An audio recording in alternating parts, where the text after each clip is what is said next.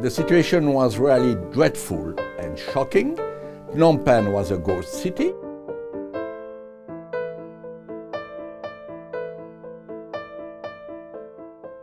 The dreadful jail of Chol Slang was also a terrible shock, particularly those walls covered with the pictures taken from the detainees when they were admitted, and all of them knew they would die there.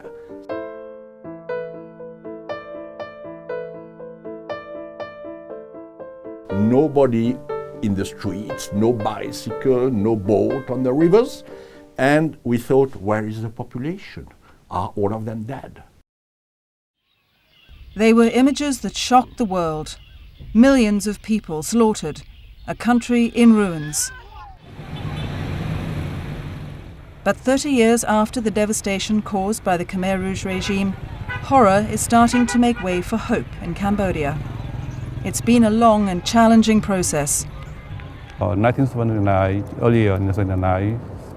they have no school, no money, as you know, could you imagine how difficult we faced during that time? មកជួបយើងខ្ញុំទាំងអស់គ្នាហើយយើងខ្ញុំទាំងអស់គ្នានាំដើរមើលទាំងអស់ដើរមើលទៅកុមារកំព្រាចាស់ជរាប្រជាជនអត់ឃ្លានអញ្ចឹងបានលោកទាំងពីរហ្នឹងទាំងmonsieur François Bignon ទាំង monsieur Jacques Beaumont បានកត់អត់អីហ្នឹងប៉ុន្តែអ្នកទាំងពីរដែលមកហ្នឹងណាគឺទឹកភ្នែក The International Committee of the Red Cross and UNICEF were among the first foreign aid groups to re-establish themselves in Cambodia and to start to deliver emergency aid to the population. The relief effort was enormous. Food was obviously a priority, and there was no medical assistance because most medical doctors had been killed, because the equipment had been destroyed, because there was no drugs. So we had to import drugs and medical equipment in huge quantities to re-equip the major hospitals. The people was protected from further famine. Once we were able to start the large-scale operation, they were fed. Not well, but enough to survive. The larger-scale operation included support for hundreds of thousands of survivors who fled to camps along the Thai border to escape the conflict that was to continue in many parts of the country for years to come. The ICRC, together with many national Red Cross societies, set up hospitals, recruited medical staff and arranged food deliveries. The Cambodian Red Cross had to be reconstructed, but soon dozens of volunteers were also helping with the distributions. Along with other international agencies, they oversaw water and sanitation services as the emergency relief period gave way to the beginning of recovery. They also established a tracing service where people could search for their lost family members. Many were reunited.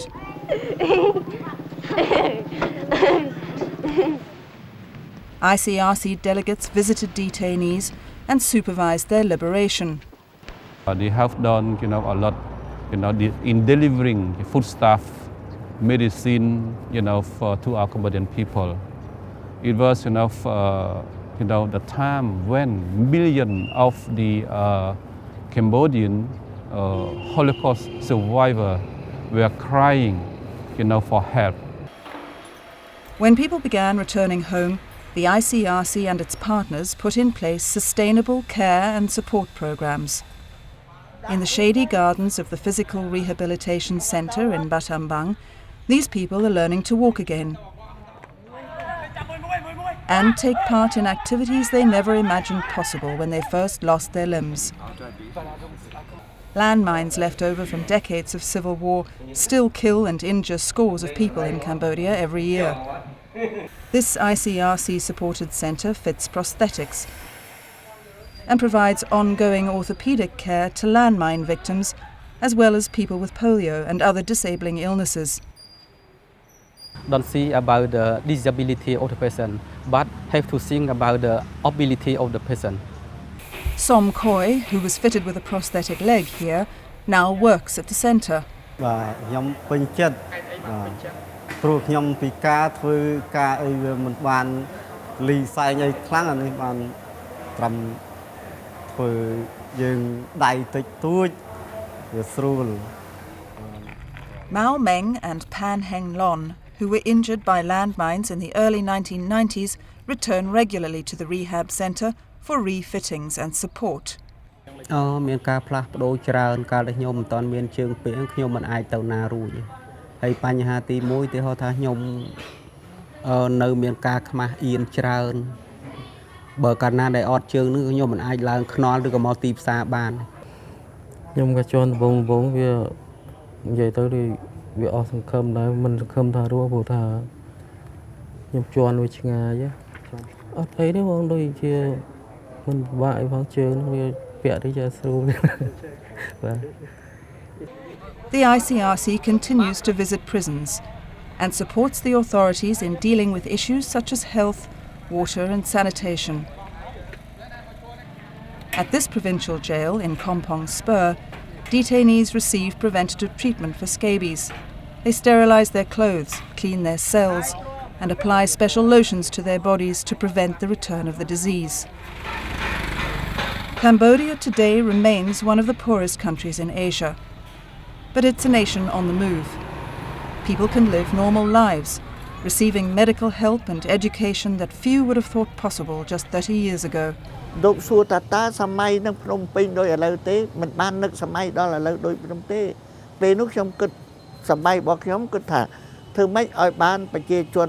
មានម្ហូបអាហារញ៉ាំឲ្យបានរស់ទី2ជួយមើលជំងឺ The package was a drop of water in the sea of need of our Cambodian people. But this